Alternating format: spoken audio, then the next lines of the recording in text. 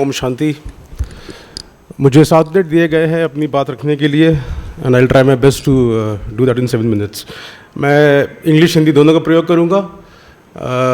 मैं बेसिकली अध्यापक हूँ मीडिया का, बच्चों को पढ़ा रहा हूँ, करीब 20-22 साल से पढ़ा रहा हूँ और कुछ समय मैं Indian institute of mass communication में था। मेरे फॉर्मर डीजी साहब यहाँ बैठे हुए हैं, दत्वालिया साहब, तो और सीनियर प्रोफेसर्स वर्मा साहब भी से मुलाकात हुई and farmer vice chancellor Parmar साहब से मुलाकात हुई। सो मेरी जो मेरा टॉपिक दिया गया है वो मेरे को दिया गया है media as an architect for global peace. और मैं सिर्फ मीडिया के भाइयों को जो यहाँ पर साथ काम कर रहे हैं, जो 2 दिन से सुन रहे हैं, इतने सेशंस हो गए, उनको मैं एड्रेस करूँगा बिकॉज मुझे लग रहा है कि ब्रह्म कुमारी की का आइडियोलॉजी राजयोग आप लोग सबने एक्सपीरियंस किया है और आगे भी करते रहेंगे और जीवन में उतारने का पूरा प्रयास करेंगे। लेकिन मीडिया के बारे में एग्जैक्ट करना क्या है, कैसे करना है कि हम लोग इस ग्लोबल पीस तक पहुंच जाएं। मसला ये है कि क्या करना चाहिए मीडिया कर्मियों को, रिपोर्टर्स को, एडिटर्स को, न्यूज़ रूम्स को कि हम ग्लोबल पीस को अटेन कर लें और साथ साथ अपने इंटरेस्ट को, अपने अखबार के इंटरेस्ट को, अपने चैनल के इंटरेस्ट को, इकोनॉमिक इंटरेस्ट को भी मेंटेन कर सकें। So idea is to balance the revenue and the interest for public good. This is what we are looking at right now. So कुछ चीज़ें होंगी कि मीडिया क्या कर सकता है और मीडिया कैसे कर सकता है, 2 चीज़ें।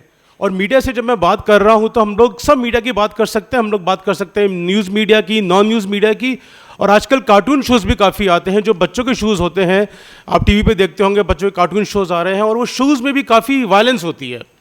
अगर आप बच्चों का चैनल खोलेंगे, कभी घर में सबके छोटे बच्चे होंगे, आप देखेंगे तो उसमें भी जो कार्टून शोज़ में जो वायलेंस दिखाई जा रही है, तो एक छोटा बच्चा जो है बचपन से उसको देख रहा है एंड ही और she starts thinking this is normal.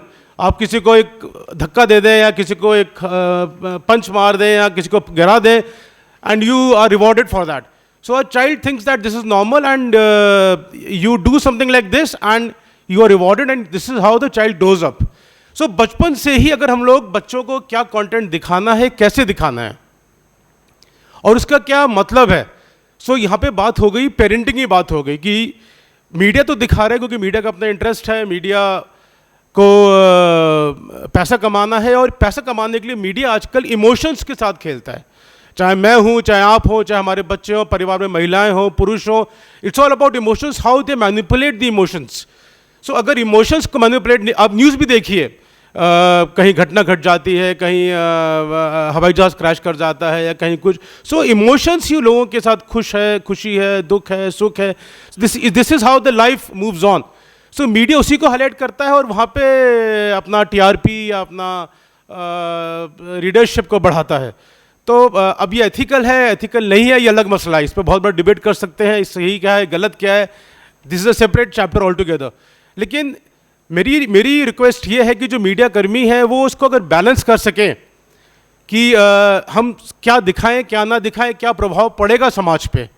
अगर इतना सवाल भी कर ले मीडिया वाला अपने आप से तो काफ़ी समस्या हल हो सकती है। और ये अकेले नहीं कर सकते, वो पूरा न्यूज़ रूम बैठेगा, पूरी टीम बैठेगी, मालिक को सहमति देनी है बिकॉज अल्टीमेटली वो नौकरी भी एक मीडिया कर्मी कर रहा है। तो अगर नौकरी से निकल गया तो वो कैसे घर को संभालेगा, परिवार को संभालेगा। इस पर बात हो चुकी है, कल भी बात हुई थी, हमारे सहयोगी हमारे साथ नथानियल साहब ने काफ़ी ज़ोर से बात को रखा था। So it's all about the content and how the content is being given to the audiences and are the audience ready to accept that content. क्या हमारा आम आदमी इसको समझ भी पा रहा है ठीक से। तो ये भी एक बहुत बड़ा सवाल है कि लोग उसको समझ नहीं पाते हैं। आप व्हाट्सएप को ले लीजिए, कितने व्हाट्सएप पे मैसेजेस आ रहे हैं जो लोग बिना देखे ही फॉरवर्ड कर देते हैं। आपने नहीं समझा उसको, ना उसका मतलब निकाला, ना उसका क्या असर पड़ेगा वो नहीं सोचा, आपने लिया और फॉरवर्ड कर दिया। तो फॉरवर्ड करके what exactly are you trying to show? Are you trying to validate the thing? And don't you think if you are a seasoned media person, don't you think you should regulate that? Don't you think you should act as a gatekeeper? कि हमारा दायित्व है कि हम इसको रोकें या इसको आगे चलने दें। टीवी अलग जरिया है, टीवी में कंट्रोल नहीं है, टीवी में न्यूज़ रूम संभालता है, चैनल संभालता है, तो उनकी जवाबदारी बनती है। यही रेडियो का कर सकते हैं, अखबार का कर सकते हैं। तो गेट कीपिंग एडिटर का रोल बहुत बड़ा हो गया है। अब एआई के आने के बाद से क्या हो गया है कि काफ़ी स्टोरीज जो हम लोग पढ़ रहे हैं वो हमको नहीं पता कि ये लिखने वाला ह्यूमन है या मशीन है, हमको ये भी नहीं पता। अमेरिका में काफ़ी अखबारों में लोग अखबार पढ़ रहे हैं और एक शोध हुआ, उस शोध में पता लगा कि 75% जर्नलिस्ट नहीं पता लगा पाए कि स्टोरीज लिखने वाला व्यक्ति है या मशीन है। तो जर्नलिस्ट ही नहीं पता लगा पा रहा कि इस स्टोरी के पीछे एआई है या मनुष्य है, तो आप सोचिए कितने क्लोजली वो एक मशीन लिख पा रही है, जैसे हम लोग आम आदमी पत्रकार अपनी पत्रकारिता कर पाते हैं। आप सोचिए वहाँ तक हम लोग एआई पहुँच गया है। सो एआई की जो स्टोरी हो रही है उसमें भी अगेन अगर कंटेंट लिखा जा रहा है तो कम से कम एक ह्यूमन इंटरवेंशन बहुत आवश्यक है। चाहे आप किसी भी मीडिया को ले लें, मैंने भी बोला अखबार की बात करें या रेडियो की बात करें, टीवी की बात करें, कि वो स्टोरी कहाँ से आ रही है। Somebody spoke about source credibility, कि खबर की क्रेडिबिलिटी कितनी है। सो खबर की क्रेडिबिलिटी नहीं है, और हमारे देश में जहाँ लोग लार्जली ड्रिवन बाय इमोशंस होते हैं, एक ने किया, दो ने किया, so there is something called as herd behaviour. So we follow the herd behavior, we don't stop, we don't think, we don't react, we don't contemplate. So if we don't contemplate, things are not going to improve that fast. So यहाँ पे जो appeal की जा रही है वो media भाइयों से की जा रही है, मीडिया बहनों से की जा रही है, जो काम करते हैं, कि वो अपने संस्थान में ये इस बात को उठाएं, अपने संपादक से, अपने मालिकों से बात उठाएं कि कितना सही है, कितना गलत है, कहाँ तक हमको इसको लेके जाना है और समाज पे क्या इसका असर पड़ रहा है। फिल्मों की बात कर लें, आप टीवी शोज की बात कर लें, ओटीटी तो I think it is crossing all the limits now, but nobody is looking at the idea of regulating OTT. उसमें लगा देते हैं साहब इसका ये पेरेंटिंग कंट्रोल है, ये 13+ के लिए है, ये 15+ के लिए, ये 70 एडल्ट कंटेंट के लिए, दैट इज फाइन। बट आजकल के ज़माने में जब माँ बाप दोनों लोग नौकरी कर रहे हैं, घर चला रहे हैं, बच्चे के पास फ़ोन है, फ़ोन बन गया है बेबी सिटर हमारा। सो फ़ोन का काम हो गया जो दाई काम करती थी, ये दादी काम करती थी, कि भी बच्चे को फ़ोन दे दो तो फ़ोन से बच्चा झुंझुना हो गया, तो बच्चा देखता रहेगा, तो वो बिज़ी हो गया है, हम अपना काम कर सकते हैं, बिकॉज दोनों लोगों को घर चलाना है, घर संभालना है और परिवार को आगे लेके जाना है। सो अब उसमें बच्चे की गलती भी नहीं है, बच्चे को कुछ आइडिया ही नहीं है क्या सही है क्या गलत है। रिसर्च इंडिकेट्स कि 3 साल का बच्चा जब एक टीवी पर लाइट आती हुई देखता है या टीवी से आवाज़ को देखता है तो उसकी तरफ वो अट्रैक्ट हो जाता है। बच्चा लेटा हुआ है पलंग पे, ज़मीन पे बच्चा क्रॉल कर रहा है, लेकिन टीवी से ध्वनि आई, रोशनी आई, लाल पीली लाइट आई, तो बच्चा उसकी तरफ आगे बढ़ता है, एंड ही और she is attracted towards television, and उसका आइडिया भी नहीं क्या आ रहा है वहाँ पे। तो आप सोचिए 3 साल का बच्चे को अगर शुरुआत कर दी टीवी की या मोबाइल फ़ोन की, तो क्या उसको हम हटा पाएंगे? सुबह हमने बात की डिटॉक्सिफिकेशन की, बात करें कि बच्चों को टीवी से हटाया जाए, बच्चों को फ़ोन से हटाया जाए, कंटेंट सही नहीं है। तो the onus comes on parents, the onus comes on teachers, the onus comes on media persons also. So these are the issues we have to look at, we have to contemplate. और उसी के बाद हम लोग बात कर सकते हैं वैल्यू सिस्टम की।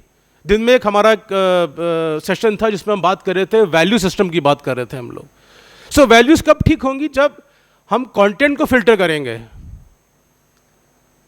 टीवी में जो बात आ रही है, वैल्यूज की बात आ रही है, मैंने अभी पिछले साल ही मैंने एक रिसर्च करी है, मेरे साथ और लोग भी थे, हमको ग्रांट मिली थी ICSSR से। सो हमने काम किया था AI और बच्चों पे काम किया था हम लोगों ने, कि कैसे AI बच्चों के मेंटल लेवल पे इफेक्ट कर रहा है। और हमने दिल्ली करीब 20-25 स्कूलों में जाके डेटा लिया और करीब 2-2,500 बच्चों से हमने बात करी, और उसके बाद we could come at the findings, और हमारी रिपोर्ट अभी जमा कर दी है, और ईश्वर ने चाहा तो एक पुस्तक भी निकल जाएगी उसी शोध के ऊपर एक। So the idea is to sit and think what content is being given and how do we tell the kids की क्या सही है क्या गलत नहीं है, क्या गलत है। कुछ बातें हैं जिसमें मैंने बात की आपको, जैसे कि AI versus non AI, human content versus non human content एक बहुत बड़ा सवाल बन गया आजकल हमारे लिए, और हम उसको कंज्यूम कर ले। व्हाट्सएप पे कितने मैसेजेस आते हैं which are not created by human beings, but they are traversing, they are being forwarded, everybody is reading, people are reacting on that also, which is a very unfortunate sign, but this is happening, this is the truth of society. कुछ चीज़ें हैं जो मैं points में कुछ suggest करना चाहता हूँ। सबसे इंपॉर्टेंट काम गेट कीपिंग हो गया है, और दूसरा काम हो गया कि मीडिया संस्थानों को भी अपने एम्प्लॉयज़ की एक रेगुलर ट्रेनिंग करनी चाहिए। We should not think that we know everything. All media employees just like educators, हम लोग शिक्षक हैं, तो हमारी लगातार ट्रेनिंग्स होती रहती हैं, वर्कशॉप अटेंड करते हैं, FDPs करते हैं हम लोग। ऐसे मीडिया कर्मियों के लिए भी, चाहे आप सीनियर हो, जूनियर हो, एंट्री लेवल जर्नलिस्ट हो, रिपोर्टर हो, रेगुलर ट्रेनिंग्स करनी चाहिए और संस्थानों को कुछ पैसा लगाना चाहिए। They should spend some money in training their staff also, कि कब कैमरे का बटन दबाना है और कब रिकॉर्ड करना है, कब रिकॉर्ड नहीं करना है, क्या लिखना है, क्या नहीं लिखना। तो अपने जब ट्रेनिंग के दौरान आप जाएंगे तो बार बार आप सोचेंगे कि क्या मैं सही कर रहा हूं, वो सवाल बड़ा इंपॉर्टेंट है। If we keep asking the question, am I doing the right thing, am I being ethical, I think this is a big thing. If you are true about it, then lot of things can be answered. मेरे ख्याल से मैं इतना ही कहना चाहता था। अगर आप लोगों के जहन में कोई सवाल हो तो I will be happy to take queries, because दिन में मुझे लगा कुछ लोग सवाल पूछना चाहते थे, कुछ लोगों के सवाल थे AI को लेके, कुछ के सवाल थे मीडिया को लेके, एथिक्स को लेके। अगर कोई आप लोगों में से कोई सवाल पूछना चाहता है तो 1-2 सवाल ले सकता हूँ मैं। जी सर। अच्छा, सेशन के बाद ले सकते हैं, दीदी का आदेश है तो हम उसको मानते हुए, this is all I had to say. Thank you so much.